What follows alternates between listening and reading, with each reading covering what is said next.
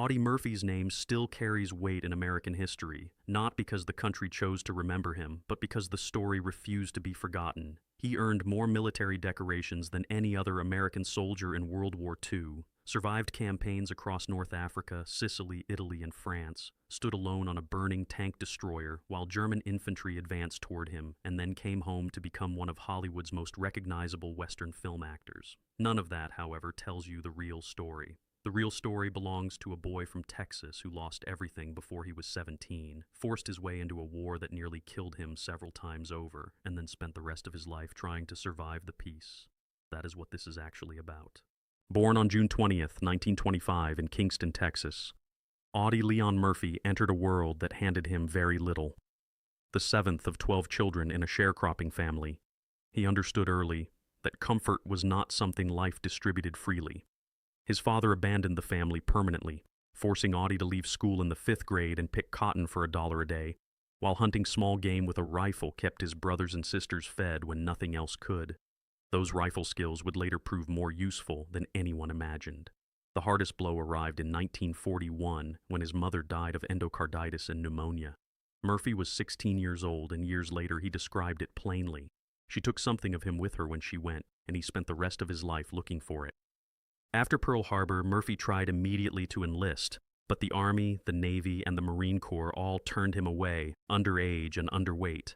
With help from a sister, his birth date was altered on paper, and on June 30th, 1942, the U.S. Army accepted him. Basic training at Camp Walters led to advanced infantry work, and he earned his marksman badge before shipping out to Casablanca in February 1943.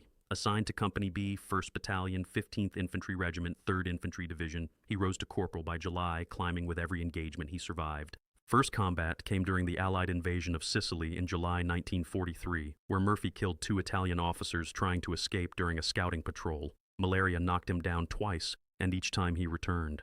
An ambush along the Volturno River in September killed one of his men, but Murphy and the other survivor killed 5 Germans between them. Near Montelungo in October, his company stopped a German assault, killing 3 and capturing 4. Sergeant Stripes came by December, and Staff Sergeant followed in January 1944, though malaria sent him to the hospital in Naples and cost him the first landing at Anzio. Southern France in August 1944 produced the most decorated actions of his entire service record. When his platoon came under fire in a vineyard near Ramatuelle, Murphy grabbed a machine gun and returned fire, killing 2 Germans and wounding a 3rd. Then, 2 enemy soldiers emerged from a nearby house under a false surrender, and when his closest friend moved toward them, they shot him dead.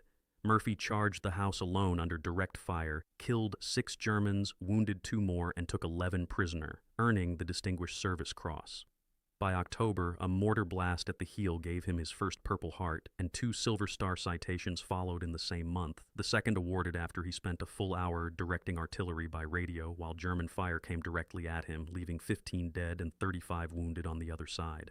A battlefield commission to 2nd lieutenant arrived on October 14th. January 1945 brought the action that defined everything before it. Near Holzheim, a German counterattack pressed hard, and Murphy was already wounded in both legs when the line threatened to break. He sent his men back into safer positions and stayed alone at his command post. A burning tank destroyer sat nearby, abandoned after a direct hit, its crew already out. Murphy climbed onto the vehicle, grabbed the .50 caliber machine gun, called artillery coordinates by radio, and fired from that burning platform for close to an hour in full view of German infantry and armor advancing toward him.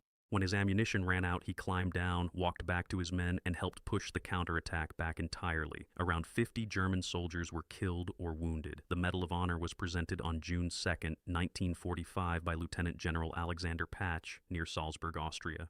By then, Murphy had collected every U.S. Army Combat Award for valor available during the war, plus major decorations from France and Belgium.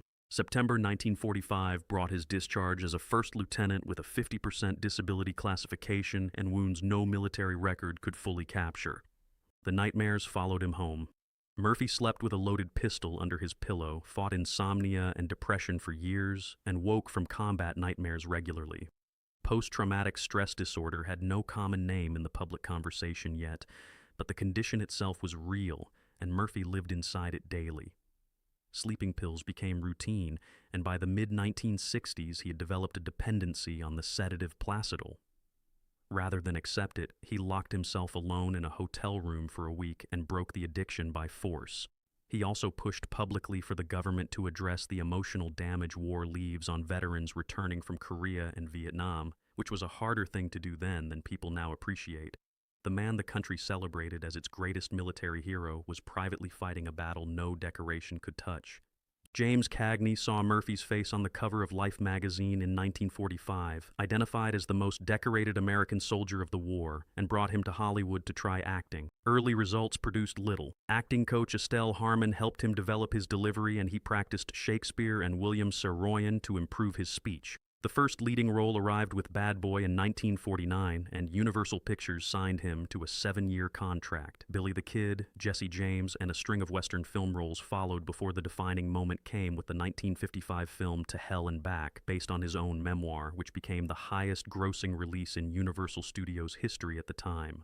No name on the bullet later proved he could step outside the hero role entirely, playing a cold, hired killer in a performance that surprised audiences who had grown comfortable with a simpler version of him. His first marriage, to actress Wanda Hendricks in 1949, lasted 7 months. The war had followed him home in ways that turned the household dangerous, and his demand that she leave her acting career added pressure neither of them could carry. Divorce became final in 1951, and 4 days later, on April 23, 1951, Murphy married Pamela Archer, a former Braniff Airlines stewardess from Texas. They built a quieter life in California, raised 2 sons, Terry Michael, born in 1952, and James Shannon, born in 1954, and Murphy ran quarter-horse operations at ranches in both California and Arizona. Pamela kept away from Hollywood's noise, which appeared to be exactly what Murphy needed. Financial trouble arrived hard in the later years. Bad investments in horse racing, a reported $260,000 loss in an Algerian oil deal, and a dispute with the Internal Revenue Service drained everything his film career had built. A 1970 arrest in Burbank after a confrontation with a dog trainer produced charges of battery and assault with intent to commit murder, though Murphy denied firing a shot and the charges were eventually dropped. On May 28, 1971, he boarded a private plane heading toward Martinsville, Virginia to inspect a potential business investment. Fog and zero visibility closed in near Roanoke, and the aircraft went into the side of a mountain, killing everyone on board. Murphy was 46 years old. Full military honors at Arlington National Cemetery on June 7, 1971 drew George H.W. Bush and General William Westmoreland, and President Richard Nixon stated that Murphy had embodied the gallantry of America's fighting men. Pamela was left with grief and debt at the same moment. She sold the house, moved into a small apartment, and took a clerk position at the Sepulveda Veterans Administration Hospital in Los Angeles, where she remained for 35 years. It took nearly a decade, but she paid off every dollar Audie owed. At the hospital, she became a patient liaison who fought openly for veterans the system ignored, walking struggling men directly into doctors' offices when the wait stretched too long, and accepting reprimands from administration without slowing down. When budget cuts threatened her position in 2002, veterans organized until she kept her job. Pamela worked until 2007 at 87 years old and died peacefully on April 8, 2010. By then, the story people told about Audie Murphy always made room for her because that kind of loyalty writes its own record.